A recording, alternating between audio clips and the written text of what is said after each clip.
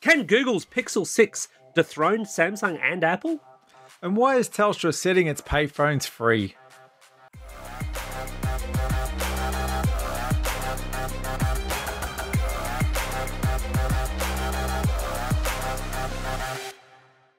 Vertical Hold is proudly brought to you by Aussie Broadband, changing the game with their award-winning network and Australian-based support.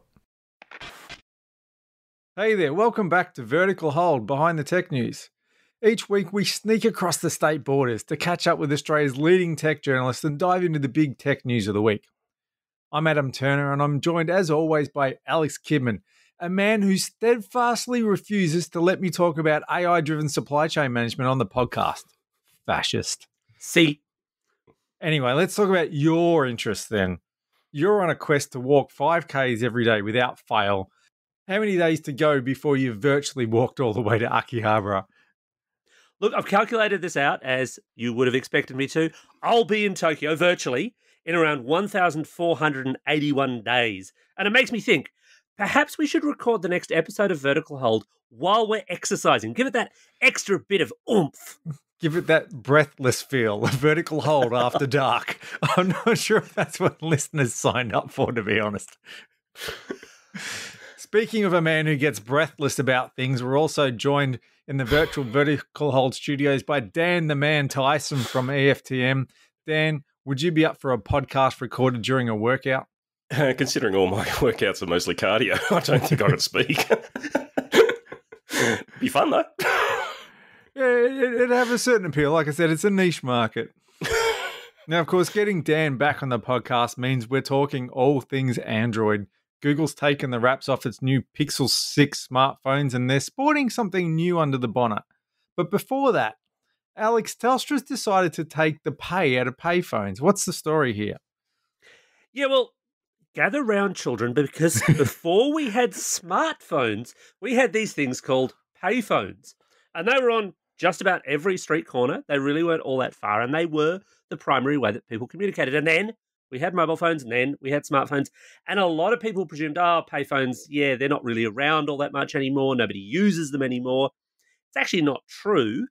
But the big interesting bit of news of the week was Telstra announcing that all of its payphones across the nation would now be free to use for regular phone calls. It's a trick it's pulled before for things like Christmas. It's kind of just done little promotional periods, but this is like forever. If there's a payphone, you can make a call from it.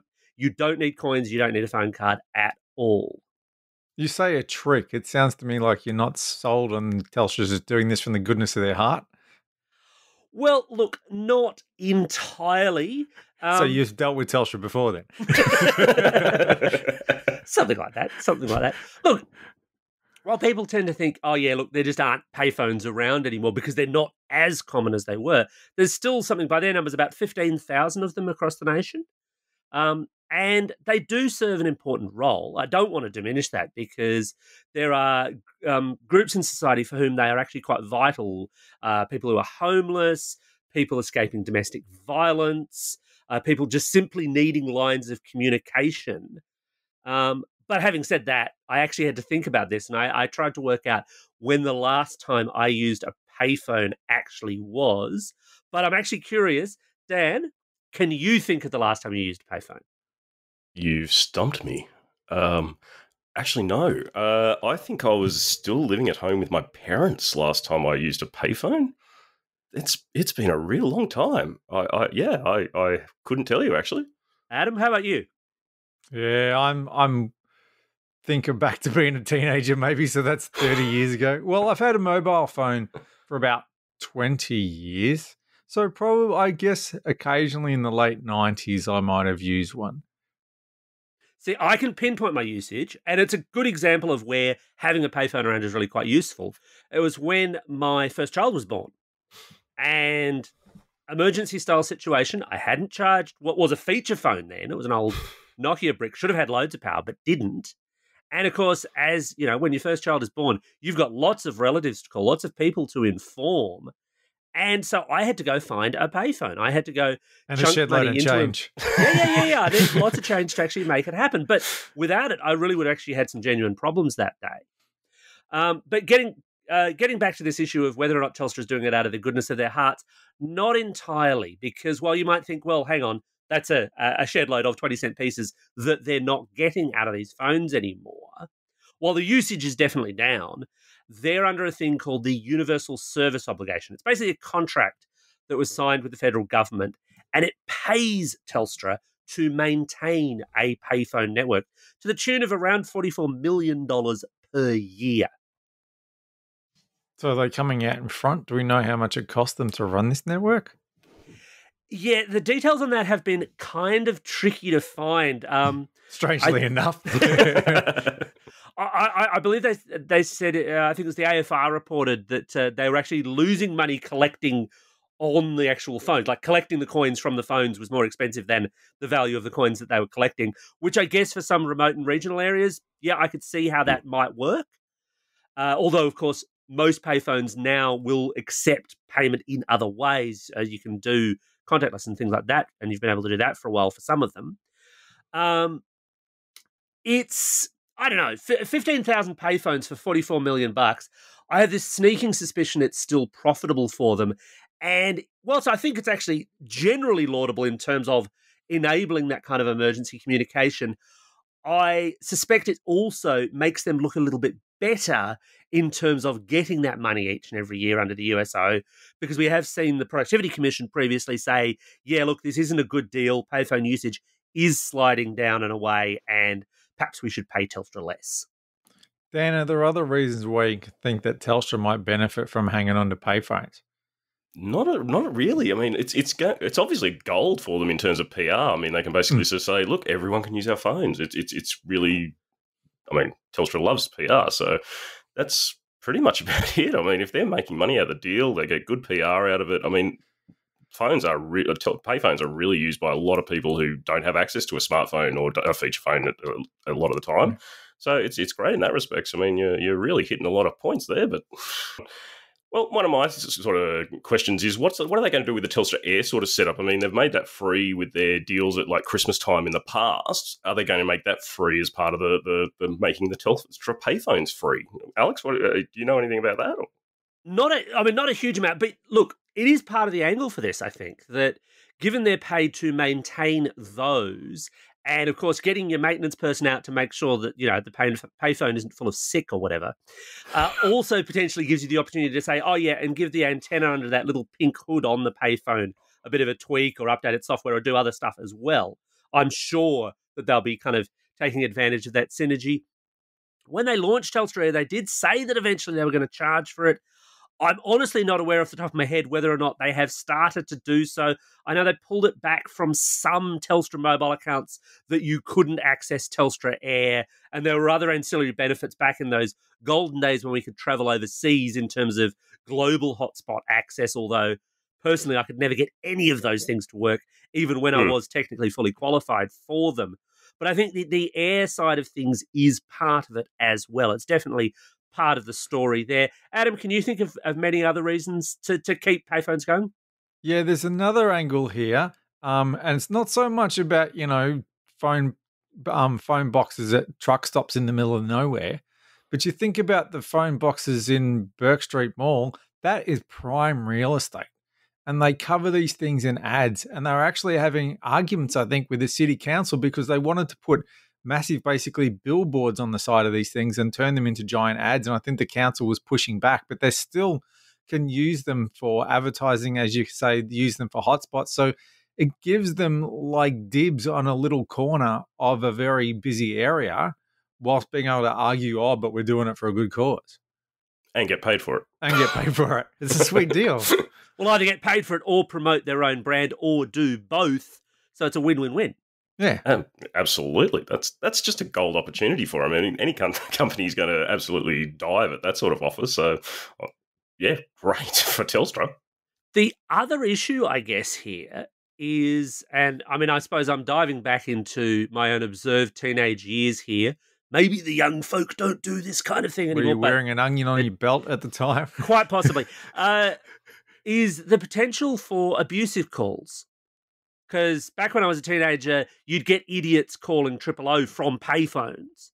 And it was the wrong thing to do. It's a stupid thing to do. Was then, is now. But once you open it up to you can call anyone, I'm really curious to see how they're actually going to manage that kind of abuse. And I suppose also how you manage people hogging, the one payphone in town. Yeah, I mean, it comes down to social norms. I mean, if you're going to be standing there for an hour and a half and there's 15 people behind you trying to use a payphone, I'm pretty sure they'll come to some sort of agreement. But yeah, I mean, when I was talking about this, one of the guys I work with, as young as 20, was the first one to suggest, well, now I can start prank calls. It's always one. Human beings do not change, clearly. So going back to my teenage years, where obviously I never did this, the opportunity for a few prank calls with basically no repercussions. I mean, unless they've got cameras trained on these things, it's not like they can really track who's actually calling. So the potential for abuse is there. So as you said, what's the way they're going to manage that sort of abuse? Well, so one of the things you can do with payphones that a lot of people might not be aware of now is payphones are reverse callable. You can call a payphone back, as it were. So I guess it depends on, and again, I'm logic thought bubble thinking really, but I guess it depends on where you're calling from. So, for example, Adam, your Burke Street Mall example, I would be very, very surprised if there weren't a few public and security cameras in that kind of part of Melbourne, for example. So if somebody was being particularly abusive, and there is a line, obviously, I was going to say, they'd they'd have to be doing something pretty serious to be able to get the cops to call up the footage and all that kind of stuff. Yeah. That line between prank call and abuse, there'd be ways to track that. But they'll also be, they are also callable entities. And in fact, as I discovered this week while I was researching it, you can actually bring up a map of Australian payphones. You can find payphones near you if you needed one, although the catch-22 there is, of course, you need net access to access the public map of the payphones, and by the time you've got net access, you can probably communicate for near to nothing anyway. And like most people, I can't remember 99% of the mobile or telephone numbers in my phone, so I get to a phone and I'm... Then you make free calls to directory. Yeah, you need to be able to make free calls to directory. Operator, forgot my number. So speaking of big payphones on the corner and then little phones in your pocket, Dan, we're hearing about the Pixel 6 from Google, and it's got something different under the bonnet, hasn't it? Yeah, so basically Google pre-announced the Pixel 6, and the big news is that they've finally gone to making their own silicon for it, which they're calling the Tensor chip, basically as a sort of homage or throwback to their Tensor processing units that they use in their servers in the data centers. So very exciting news. I mean, obviously with their own silicon, they can do a lot more, which we've seen Apple do with their own A-series chips in all their phones, and also the M-series chips now in their MacBooks and other sort of devices. Big, exciting news. I mean, this is their first foray into it. They've wholly been reliant on companies like Qualcomm to supply their Snapdragon processors in the past, and that sort of limited them with things with Qualcomm only committing to things like 3 years worth of support. So that's where we see things like Android phones can only support 3 years of updates and things like that. So that's been something that's driven it. But yeah, Tensor, it's pretty big news. It's complex, but like a lot of Google announcements, they didn't really go into a lot of details about it. So we know its name. Dan, you mentioned made by Google, and this is one of those interesting kind of division things. They've designed it, for sure. They know what it does, and they're talking up lots of AI functionality because they're Google.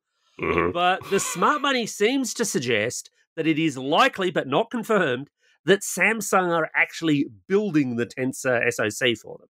Yeah, so it's going to be, well, basically the rumoured talk around the traps is this basically built by Samsung on their 5nm process in one of the foundries in Korea. So, yeah, I mean, there's a lot of details on that sort of side of the rumour mill to be just rumours. So, but yeah, at this stage, Google hasn't really confirmed it. But Samsung and Google have been getting pretty cozy lately with their Wear OS Tyson sort of collaboration and all that sort of stuff. So, bit of give and take, a bit of money in the back end to do some processing and building of chips for Samsung. Can't go astray. So Samsung also makes their own Exynos processors, which you get in some of their Galaxy handsets, and then you get Snapdragon processors in the others. So Samsung's got some form here. Do you think that is there a benefit if they can call on that Exynos expertise? Is it better than a Snapdragon? So Samsung's been making chips for so many years that they've got all those foundries all set up and ready to go. They've been doing chip production for Apple and a lot of other companies as well. So they've got that expertise. And basically, for a lot of Android people like myself, we've been feeling that Qualcomm's sort of been dragging the chain a bit for a few years. And if Samsung and Google are the way that we push forward, I'm pretty happy with that. So, yeah. I mean, it's an interesting one because it's worth bearing in mind that Samsung, actually, like a lot of South Korean companies, LG are like this as well, has so many of these little business units that do things. So the chip foundry that is alleged to be making the Tensor chips also makes Qualcomm Snapdragon chips. I mean, it makes Snapdragon 888s on that same 5nm process for them. And there's been this weird line between the Exynos and the Snapdragon chips in a given year. Actually, Dan, I'd be interested in your viewpoint on this because my experience broadly is for a given phone, the Snapdragon variant is generally a little bit more application powerful, maybe slightly better on image signal processing for the camera, but you pay for it in battery life. The Exynos has sort of been the reverse, slightly better battery life, slightly worse app performance. No, that's exactly right. I mean, that's been playing out. A lot of the YouTubers have been getting a hold of both the Galaxy S or the Galaxy Note each year and basically running them against each other. And it's been playing out that the Exynos sort of wins in those areas like battery and things like that. But yeah, the Snapdragon has been sort of killing it in other areas. So it's a bit of give and take, and it's just one of those things that you sort of get what you get. I mean, at this stage, only the US and China get the Snapdragon version of the Samsung devices, whereas the rest of the world gets the Exynos. So it's not like you've got a lot of choice when it comes down to it. So speaking of choice, you mentioned Google optimizing the Pixel 6, optimizing Android for the Tensor processor, which is obviously something that they can do and they're going to look at doing. How constrained are they, relative especially to Apple, where they've got like end-to-end, they control a lot, given that Android also still has to keep running on not only Qualcomm chips, but MediaTek ones as well, and Exynos? How much optimization do you think they can put in to make Tensor that much more special? Well, they're going to have some sort of translation in there for the machine level sort of programming to cater for that. So that's sort of one of the things they're going to do, which I think you'll probably find it won't see a huge hit in performance. In fact, you'll probably find it does a pretty good job. But you will find better on the Pixel. And Rick Osterloh, who did the blog yesterday about the Pixel 6, actually did talk about the Pixel experience being improved. So I think Google is finally looking at moving the Pixel phones to sort of more of a premium sort of bracket. Whereas before, we've sort of seen Pixel as sort of like a placeholder. Google's sort of doing it because they've got to do a phone and they sort of want to keep some hardware around just in case it becomes profitable or something like that. But the Pixel 6 actually looks like they're starting to really take it seriously. So that's the sort of thing I'm sort of looking at, is whether maybe they're looking at, we can do this sort of stuff with translation to make it sure everyone can still use MediaTek or Rockchip or whatever CPU they want to use. But if you want to use Pixel, the thing is just going to absolutely scream. So that is probably the thing they're sort of doing. And I mean, if Samsung's on board for the foundry and they're producing the chips, they've got this new great partnerships. What's to stop the Samsung eventually down the track maybe using a Tensor processor? One of the things with the Pixels is that Google has a habit of keeping back one or two of the advanced AI features in Android to only run on the Pixels. Now, assuming these Tensor chips are optimized for AI, as the name would suggest, and as Google was saying, how big do you think that gap will get? What else do you think a Pixel might be able to do that another Android phone, even though it's just as powerful, can't do? See, Google likes to keep a lot of the features very similar. Like, as a Pixel user, like I find that you sort of get these exclusive things, but they slowly do head out to other versions of Android on other platforms as well. So, like, while there's a big headline feature about this is Pixel exclusive and stuff like that, you do eventually find those features just get generally moving into Android. A lot of the stuff that they promote, though, is the on-device stuff, which has been the sort of the Tensor sort of side of things on phones, where they're doing a lot of on-device processing. And when they talk about security and privacy, which obviously Google has to talk about privacy every time they make any sort of announcement. When they say it. Yeah. Absolutely. I mean, that's the thing that they're sort of pushing now, is that they're doing a lot of the processing on device. So that's been the Pixel and even before that, the Nexus sort of thing, which was sort of the big advantage of going for a Google sort of phone. But that sort of does eventually go out, and it comes down to whether they're doing it on device or whether they're doing it in a data center. So, I mean, all these things can be done on the Tensor processing units in the Google data centers. So do they sort of promote these features down the track as something that can be done? Maybe not on device, but we can still do it. One of the other interesting things that they did, apart from saying, hey, Tensor is actually a thing, because that's also been churning around the rumour mills for a while, was actually show off the phones. And they're going for a premium design for the Pixel 6 and the Pixel 6 Pro, with a couple of interesting design ideas in there, especially the camera bar at the back. Dan, are you taken by the camera bar? Look, when the Nexus 6P came out, I freaking loved that visor. Like, that was the camera bar at the top and everything. It looked cool, but I mean, so what is it, like a black strip across the back of the phone? Yeah, it runs horizontally from side to side across the back. They're actually doing a sort of different finish on the rails that go across that bar as well to differentiate like the Pixel 6 from the Pixel 6 Pro. It's a full-on bump. I mean, it's not just a band, it's a serious bump. It's an homage to Geordie LaForge.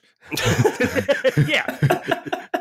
I wonder if they can see an infrared too. Okay. That will play with a certain crowd, yeah. I mean, if you get that gold banding across the top. Yeah. But it's a big bump. They've started, like, you can jump onto AliExpress and you can actually see cases for the Pixel 6 and the Pixel 6 Pro now, and you can actually buy them. I do have a couple on the way. Bit of a nerd. But they're a serious bump. Like, it's a serious hole in the back of the phone case. So I mean, it looks bad in renders because it's more pronounced. It's one of those things I'm going to have to get in the hand and sort of see just how pronounced, because putting this down on a desk, is it going to sit on a diagonal? It may just sit up just a little bit nicely so you can sort of see notifications. Is it going to be that sort of thing? Or is it just a little bump which just looks a little bit blown out in these renders? That's my big question at the moment about that bump. I guess the thing is, you're not as likely to accidentally run your fingers across it the way you are with flatter camera lenses, because it's right there. It's almost a grip in itself. They're also doing a bunch of different color variants. Dan, how optimistic are you that we'll actually see all of the color variants here in Australia? Because that's a pretty common Google trick. Yeah, I think we'll see the black and the white from the Pixel 6 Pro, but I'm not sure we'll see all the colour range. I mean, we've got that nice sort of orange model in the Pixel 6 and the sort of the greeny blue one, but whether we actually get them here... I mean, I used to be the black phone guy. Like, that was all I bought. But recent years, you give me a bright orange Pixel 4 and I'm a happy man, so... It's just one of those things. Like, I really want the colours, but it does cost money to sort of have that inventory sitting there ready to go for each country. So whether they bring it here or not, I just really don't know. That's a big question. Well, speaking of costing money, they're not exactly being shy about where they want these phones placed in the pricing hierarchy, are they? Not at all. They are certainly going for the premium end of the market. Pixel 5 and the 4A we got last year, 4A and 4A 5G, was certainly in the more budget end of the range. But given the circumstances of 2020, I mean, it was the perfect phone for that sort of style of thing. I mean, we weren't needing these high-end devices and stuff like that, and we're all mostly stuck at home and things like that. So it was a good sort of series. But as I said before, I mean, Pixel's always been this sort of thing that Google's treated as this thing like, oh, yeah, I guess we've got to have a phone. But this may be where they actually take it seriously. I mean, the rumours are they're going to throw an absolute bucket load of marketing money at it. And we all know that Samsung has certainly won a lot of market share with a big marketing campaign for all their phones.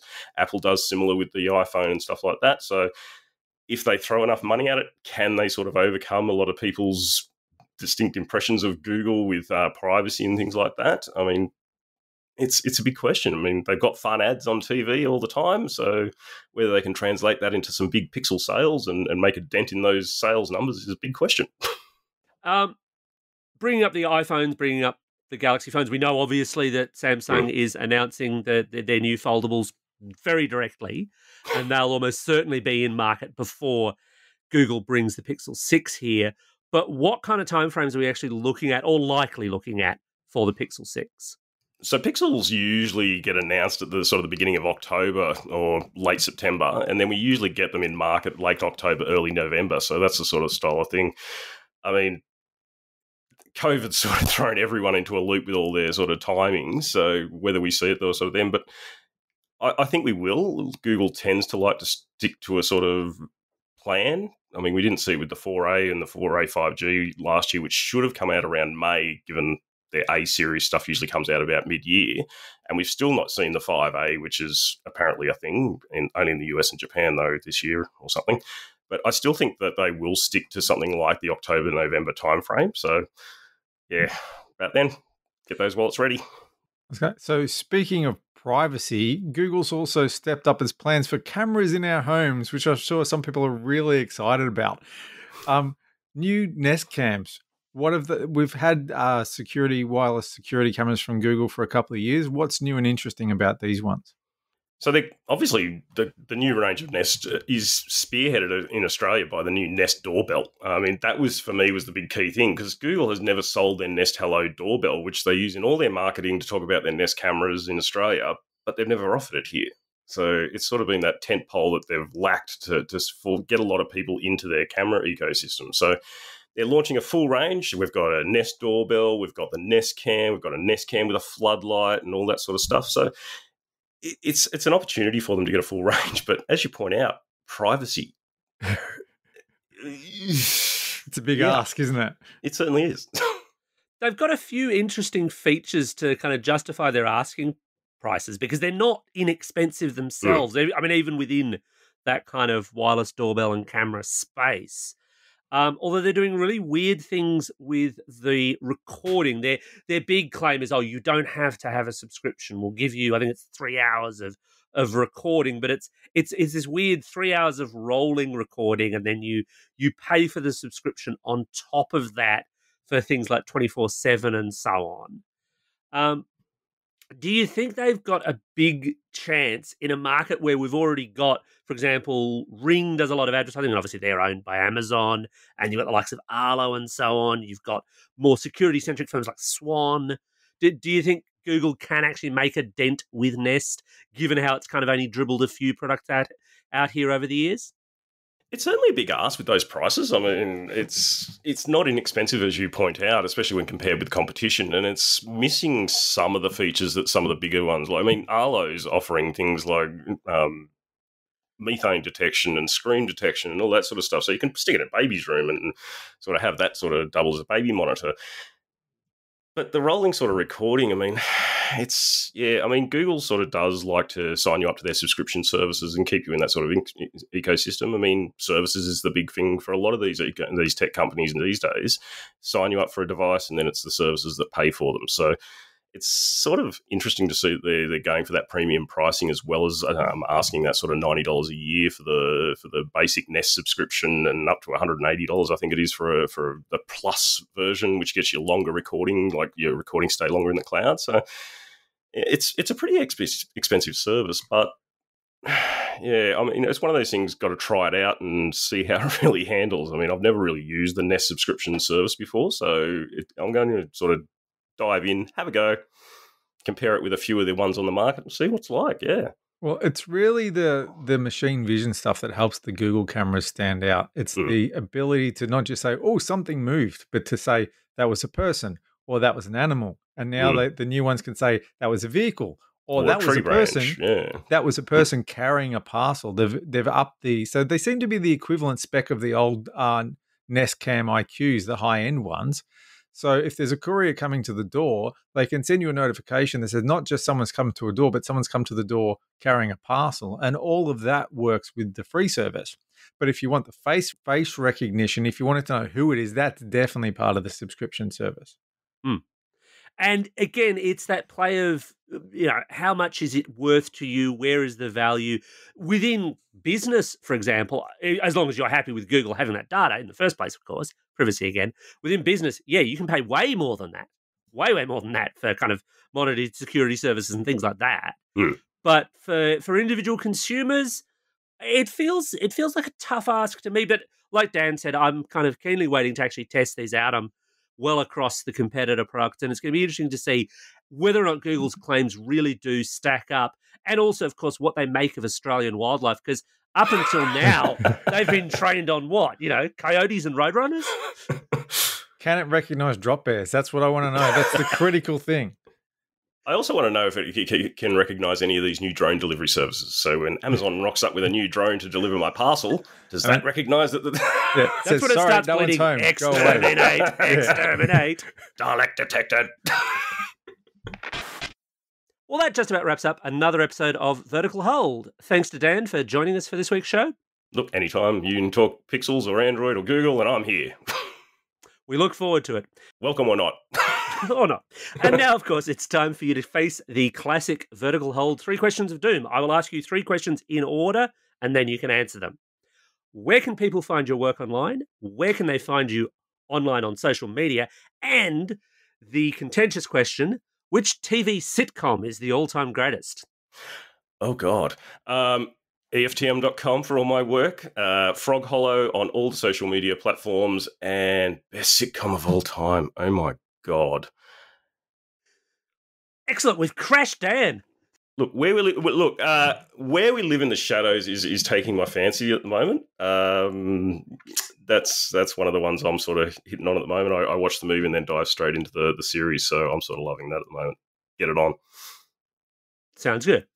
And as always, you can catch us online at Vertical Hold AU on Twitter, at verticalhold.com.au, or via the Vertical Hold Facebook page. And just a reminder for regular listeners, we're thrilled to have Aussie Broadband as our sponsor, and they've given us a special promo code which gives new customers a $10 per month discount for 6 months when signing up online for an unlimited plan between NBN 50 and NBN 100. The promo code is vertical, so hopefully that will come in handy for Australian listeners shopping around for a great broadband service. And as always, thanks for listening. Hang in there, everyone. Hope you enjoyed the show. Don't forget to tell your friends about us and leave us a review on your podcasting platform of choice.